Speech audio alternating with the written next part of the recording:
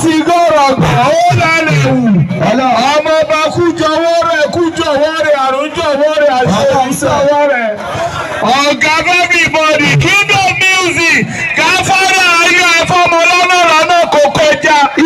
sọ́bẹ̀ ni àbọ̀ bẹ̀bẹ̀ bá ní mi ò ní pọ́kú ẹ̀. àlàáfíà fún ẹ̀dẹ̀rù fún onípasún ayé. àlọ́ ní kò pòwèrè gọ́mọ̀. irú mọ̀lẹ̀ tó pínlẹ̀ tó gbówó tó pálù bàríkà. ẹ̀gbá wo tó jẹ ṣàámà. nígbà máa bọ̀ ọmọ kú ayé ọmọ rẹ lọ́jọ́ ọmọ yẹ̀kú tún yẹ gẹ̀gẹ̀dínlá láti ẹ̀ máa jẹ. má lọ fà tó bá gbọ́ mi ni máa fà á gùn. àwọn ilé tó bá gbọ́ show money don show power. olówó ló fara sí. pèyí tó bá gbọ́ pèyí ìsanwó fọlọ́wọ́.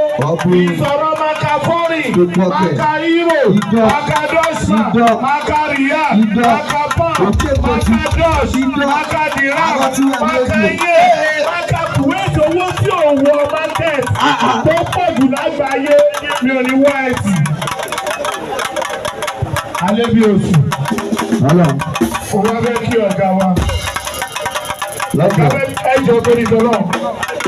Ẹjọ́ kí gbogbo ẹjọ́ kí sóde gan. Ó yà alẹ́ bí oṣù. Ó yà ya pápápá. Ó yà alẹ́ bí oṣù. Ó yà ẹjọ́ kí alẹ́ bí oṣù kọjá. Ẹjọ́ torí tọ́lọ́ before anything. Bàbá tí wà ṣé ọmọ àlù wa ọ̀pọ̀ orin ọkọ̀ bẹ́ẹ̀ ṣe wọ́n mọ̀ láàrin 40 minutes ká tó ṣe program kọ̀ọ̀kan rárá. Anybody má ṣe mistake wà lọ́kọ̀ pọ̀. Ẹ jẹ́ kí a kọ́ enjoy 40 minutes yẹn. Káwá tẹ̀síwájú. Wọ́n ní tẹ̀síwájú náà pa àṣẹ ìlú. Ẹ ṣàbọ̀ yálà gbòdì ẹ̀ bí olómẹ́lẹ́ bí olùṣẹ̀kẹ̀rẹ̀ ilẹ̀. Alẹ́ bí oṣù. Ọmọ ṣíṣe rojú ọmọ ẹ̀rí ṣe bẹ̀rẹ̀ ọmọ ṣe tó dá pọ̀. Ọmọ yẹ̀kú tún yẹ pẹ̀pẹ̀ nílé alárọ̀ máa bàjẹ́. Ẹjọ́ bí olómẹ́lẹ́ bí olùṣẹ̀kẹ̀rẹ̀ ẹ̀jẹ̀ bọ́lẹ̀ bí olúomẹ́lẹ́ bí olùṣẹ̀kẹ̀rẹ̀. Kí ló máa wá lórí stéèjì tí a tó bá ti bọ́lẹ̀ ọmọ àti ẹ̀ ṣubú. Ọmọ tẹjú ẹ mọ́lẹ̀ ọmọ àti ẹ̀ sáré. Ẹjọ́ torí tọ́lá pọ́nmi lé lọ́rọ̀ yẹn mi sí kú nìdí dáa. Tó bá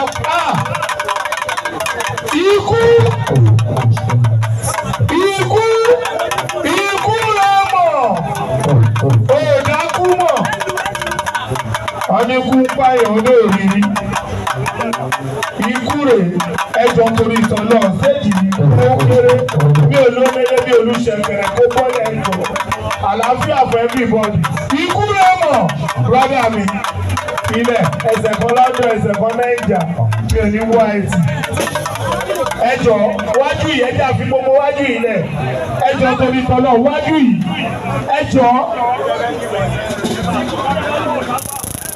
ẹjọ́ lẹ́yìn àwọn ọmọ yìí àwọn ògùn ọlá yìí tọ́fẹ́